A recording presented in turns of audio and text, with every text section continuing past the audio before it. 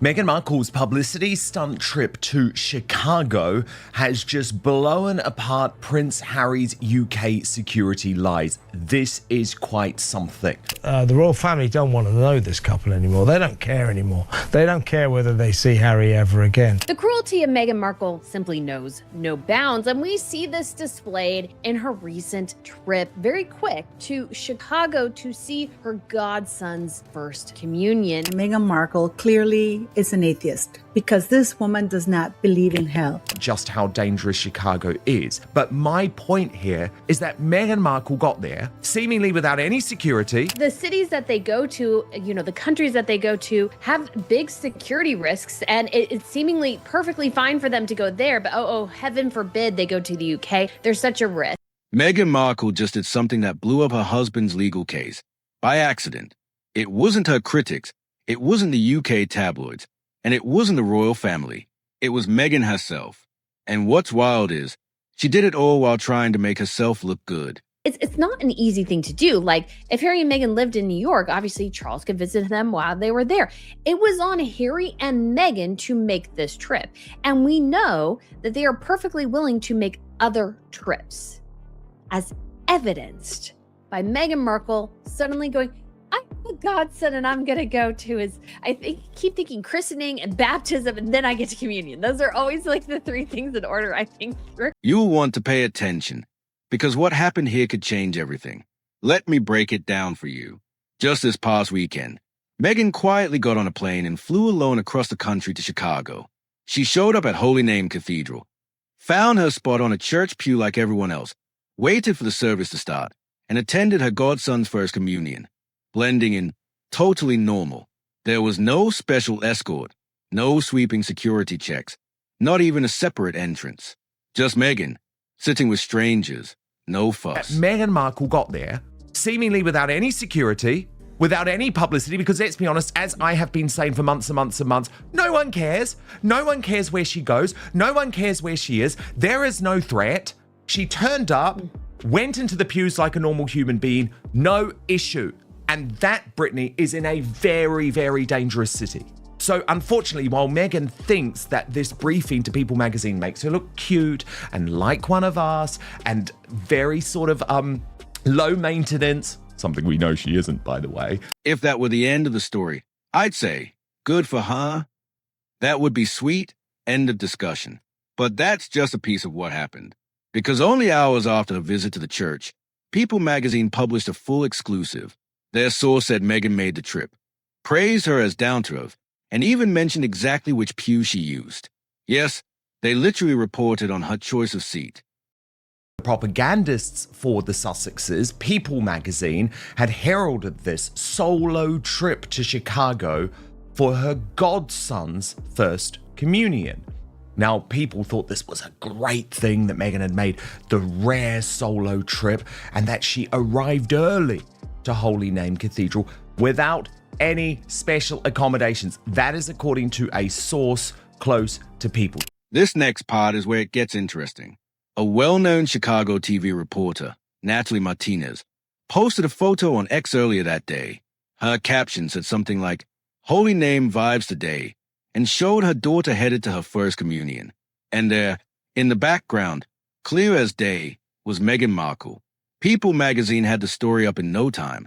Then Natalie deleted her post. Just think about how that played out.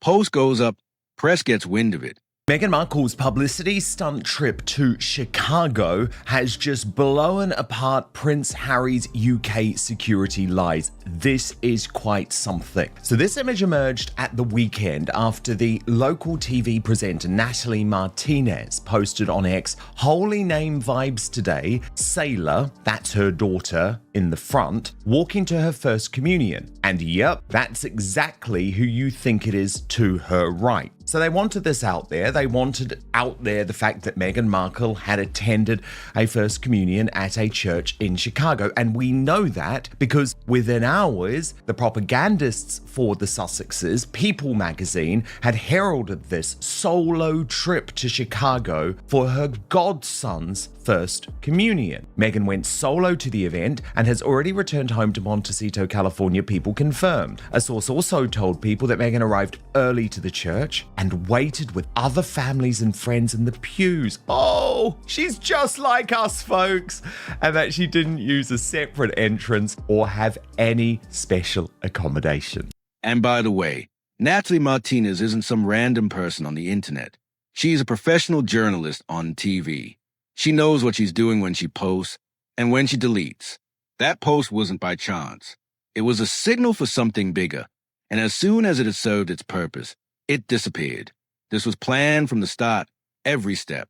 Honestly, I think a lot of you recognized all that the second you heard about it. It's the case. Why did her friend Natalie Martinez act like she didn't know Meghan would be there?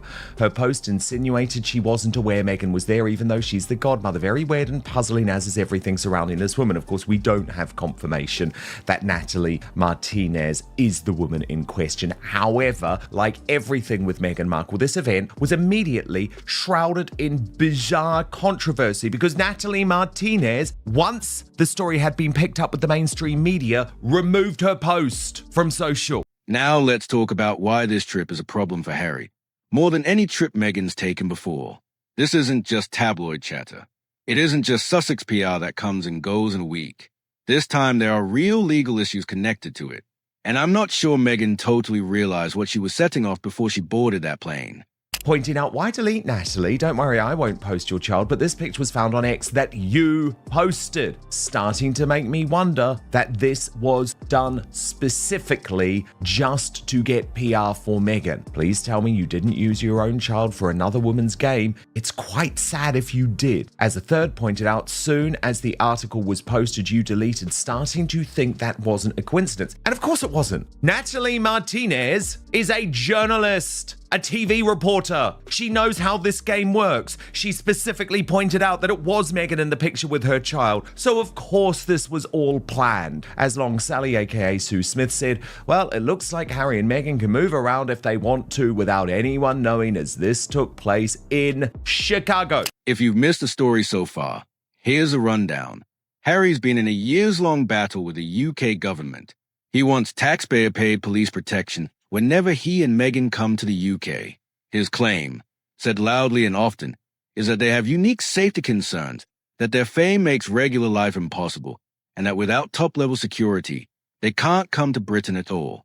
That's the heart of Harry's argument in court right now.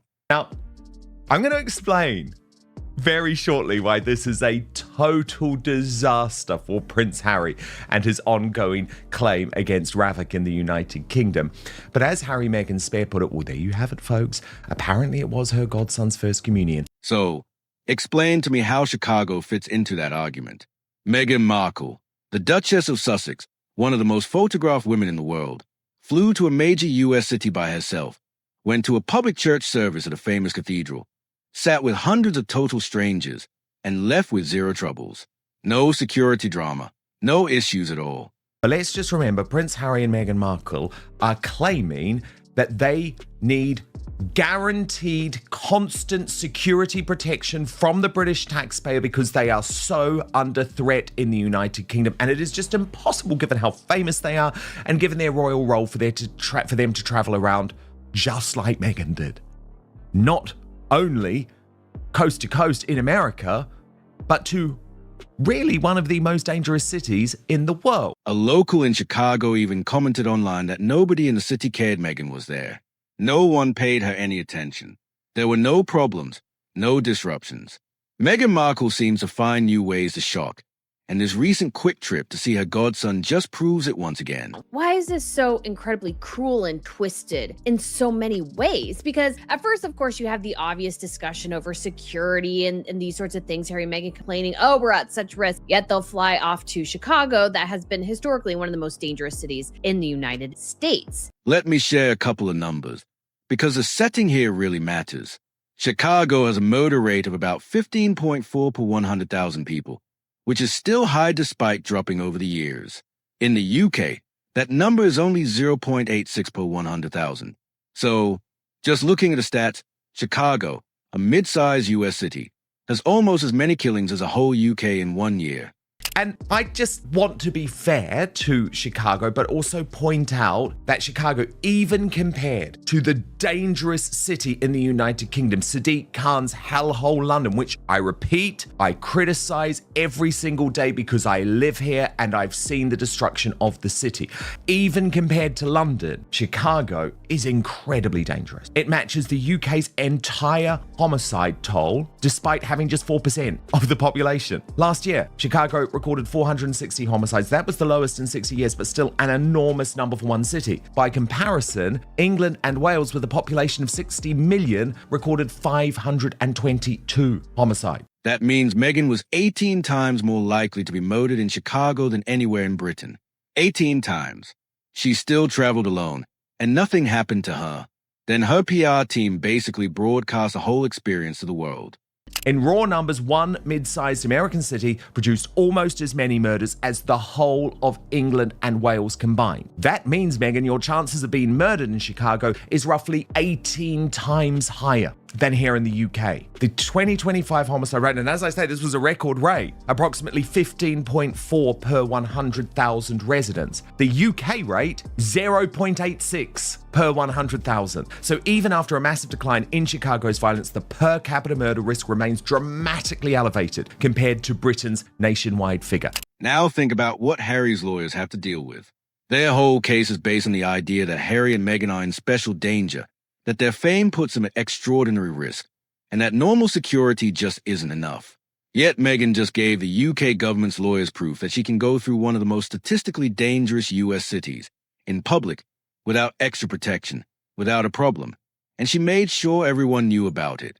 And you would have to secure their property. You would have to go through a bunch of hoops, perhaps even additional, let's say, escorting, military plane escorting Charles from one half of the country to the other in order to facilitate this visit. And of course, if Charles could, he would. But, I mean, let's be honest, ladies and gentlemen, Harry and Meghan have nothing better to do. They don't really have real jobs. They're just kind of hanging around Montecito, hoping something comes together finally. And so it's really on them to visit Charles in any and all circumstances. I've been following this court battle about security for a long time, and honestly, I can't think of a more disastrous mistake. Harry's legal team must be absolutely frustrated right now. She doesn't realize that she's just literally thrown a grenade into Harry's claim about why he needs security. How do you view all of this? I mean, it's really crazy, Dan. I mean, just even take actually their hometown of Los Angeles. I mean, obviously they live in Montecito, which is a fair amount away. But last time I was in LA, I was almost mugged. And so like the cities that they go to, you know, the countries that they go to have big security risks. And it's seemingly perfectly fine for them to go there. But oh, heaven forbid they go to the UK. There's such a risk. But let's be fair for a second. I get why Meghan wanted this trip out there. Things haven't exactly been going well for her lately. Her visit to Australia had mixed reviews. She wasn't invited to the Met Gala. Headlines have been rough, and media coverage has been tougher. That is, of course, a political issue, but so is Prince Harry and Meghan Markle trying to claim that it is too dangerous for them to travel here without the UK taxpayer having to foot the bill forevermore. So, when your public image is taking a hit, you try to show your human side. You want to look relatable. You want to look normal. You sit in church like anybody else and let People magazine create a kind, homey image of you as someone who simply shows up for loved ones. Honestly, it's not a bad approach. Under other circumstances, it might have even worked. What happened in terms of this local television celebrity posting the picture, then the moment it's picked up by People magazine, Brittany, she deletes it? Well, I'm sorry. I'm not born yesterday. We know the stunts Sunshine Sachs, Meghan's PR company, pulls. It's like, let's get this organically on the internet, then we can say that People magazine have picked it up via the post. I know how this game works. I used to play this game. We're not stupid. I mean, Harry and Meghan think the the vast majority of the world is stupid. It's quite dumb on their part because the collective knowledge of the internet and everybody watching them is much greater than the two of them combined. But here's the problem with Harry and Meghan.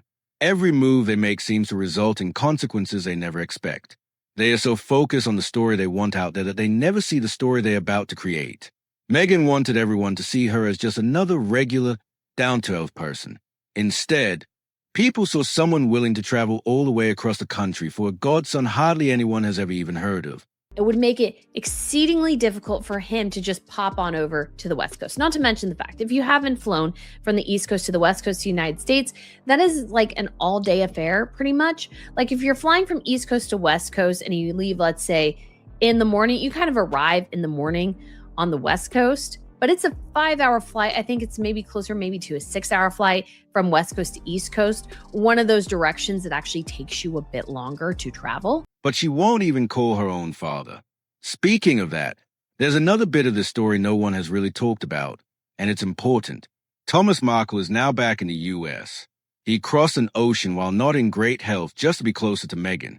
He's now living in the same country as her. Thomas Markle, and this is great news, and I'm so happy for the family, has now arrived safely in the US. This was first reported by Caroline Graham, his close friend, in the Mail over the weekend. But I had been speaking to my friend, Samantha Markle, Thomas's other daughter, for quite a few weeks, and I knew that she was absolutely determined to bring her dad home, but she wanted to do so confidentially. She wanted to do so without any type of circus. She was incredibly worried as the trip was made, given his health, and that was very stressful. You know, were the stopovers okay? How was everything on the plane? But yesterday she posted, Dad is back safely, so happy, great new chapter in life. So there is someone now, Brittany, actually in America. Like, if Meghan had any security worries about the Philippines, well, your dad's in America now. Yet this weekend, Meghan hopped on a plane, but not to see him. She went to Chicago for a child she's apparently been a godmother to for years. Yet we've never heard about him before. Supposedly the friendship is so close she's a spiritual guardian. Yet even his mother posted a photo that made it seem she barely knew Meghan was coming. Think that over for a minute. Brittany, like, what's stopping you? You got on the plane to Chicago to go and, go and see this godson that we've never heard of at his Holy Communion. What's stopping you seeing your dad? Nothing. Yeah, and it's always been nothing, Dan. That's the truth. It's always been nothing. The security farce is exactly what you would think it is. It's a farce. Meghan doesn't want to see people who she either no longer finds useful or people she thinks are not going to go along with the grift anymore. Now, there's a debate online that deserves more attention than the big media is giving it. For Meghan to be a Catholic godmother at Holy Name Cathedral in Chicago, there are serious rules, and they aren't suggestions. They are required. You need a confirmation certificate to show you've had Catholic sacraments. You need an affidavit proving you're a practicing Catholic in good standing. If married, you need to prove a valid Catholic marriage. You also have to do a prep class with the parents.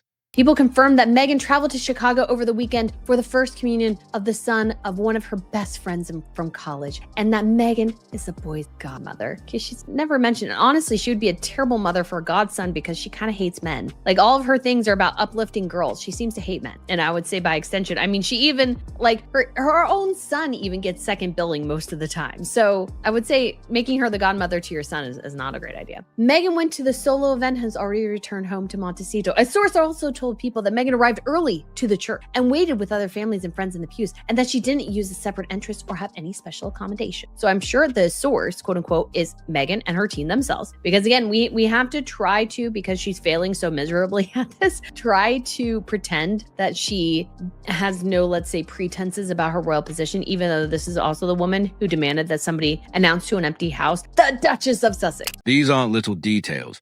They are actual Catholic Church rules. Here's the thing. Meghan converted to Anglicanism back in 2017, so she could marry Harry. Before all that, she called herself either Episcopalian or Presbyterian, depending on the day. Yes, she went to a Catholic high school, but just attending doesn't make you Catholic. Plus, her first marriage to Trevor Engle's son reportedly had Jewish customs and traditions. First communion, which I think I mean, it's a big deal within the Catholic faith, obviously, but I just don't think it was something that was necessary for her to do, given the distance. Everybody would understand why she wouldn't go. And so it raises the question of who was she there to support, really? And it just highlights again how much she is denying and trying to distance herself from people who can hold her accountable, namely her family, and always going to friends. So let me ask directly. Which Catholic church in California is giving Meghan her godmother paperwork right now? Which priest is vouching that she's an active, practicing Catholic in good standing? If that paperwork really exists, then Meghan has a secret Catholic background no reporter has ever found. Otherwise, maybe this godmother story is a lot more complicated than People magazine suggests. Sure, some churches look the other way or have flexible priests. Sometimes non-Catholics get a sort of helper godparent role. There might be a simple explanation, but these are fair questions, and reporters should be asking them. Contacted the spokesperson for the Church of England, the Anglican Church, and she was told, or was led to believe, that they were going to have an interfaith marriage, given Meghan Markle's Jewish background. Let's not forget that Meghan's first or second marriage, depending on who you talk to, was to Trevor Engelson, who is Jewish. So why would the Church of England be under the impression that they had consulted and it was okay to perform an interfaith marriage, and that Meghan Markle had a Jewish background? Stepping back, what stands out to me is this. 6 years ago, Harry and Meghan stood up and told the world they just wanted out. They wanted privacy and a normal life away from the cameras and royal drama. Now, 6 years later, Meghan is giving inside info to People magazine about which seat she used at church. Every trip is public. Every outfit is for sale. Every charity visit pops up instantly as a marketing pitch. Even their private moments are somehow public. They aren't looking for privacy. And again, you have the obvious hypocrisy over security. Harry and Meghan, seemingly, in so many ways, seem to think that every other place on earth is safer than London and the UK, and that's just simply not true. Chicago obviously has an exceedingly high homicide rate. Actually, Dan Wooten went into this when I was on his channel earlier today. And to be honest as well, guys, I shared this story and it was true. I'm pretty sure I almost got mugged in Los Angeles the last time I was there. I was walking towards my hotel and I sort of made the mistake of I didn't want to either pay a $25 Uber to go like a mile to pick up my rental car, or I didn't want to take the bus system. So I would be bused to the terminal, then take the bus to the rental thing. And so I walked, and it was like a 15-20 minute walk. They are chasing attention. Week after week, the gap gets wider. And Harry, I keep thinking about him. People who've been around Harry, friends, colleagues, people from before all this, say he seems more lost lately, less sure himself. He seems like someone coming to grips with choices he can't take back. Meanwhile, the royal family is moving ahead with business as usual. King Charles is doing state visits. William and Catherine are working as royals. The institution keeps rolling forward, while Harry argues about security in court, and Meghan accidentally undercuts his case with a simple Sunday trip to Chicago. It shows so much of her character and how she sees her father-in-law, the royals, these sorts of things, that she is there going, well, too bad, so sad. I will go and visit my godson, but no, I won't even take the time out of my day to try to figure out how to make it. And Harry and Meghan, we know, are more than willing to make trips across the country for various things. When you look at the whole picture, there's something sad about all this. Not in the way Meghan would want you to feel sorry. This isn't about the brave couple fighting against the world. It's just plain old sadness of seeing someone keep making choices that pull them further from what they actually want. Chicago wasn't a big win, but it wasn't a total disaster. Just another week of this couple wasting credibility they can't get back, always reaching for a type of fame that stays out of reach and never really answering the questions they leave behind. So, tell me in the comments, if Meghan can walk around freely in Chicago, should Harry give up on the UK security lawsuit? Yes or no? And if you think it's more complicated, let me know why. I read every single reply. My next video is already posted. Check it out. And if you haven't subscribed yet, now's the time. It's free, takes one click, and you won't miss any updates. See you there.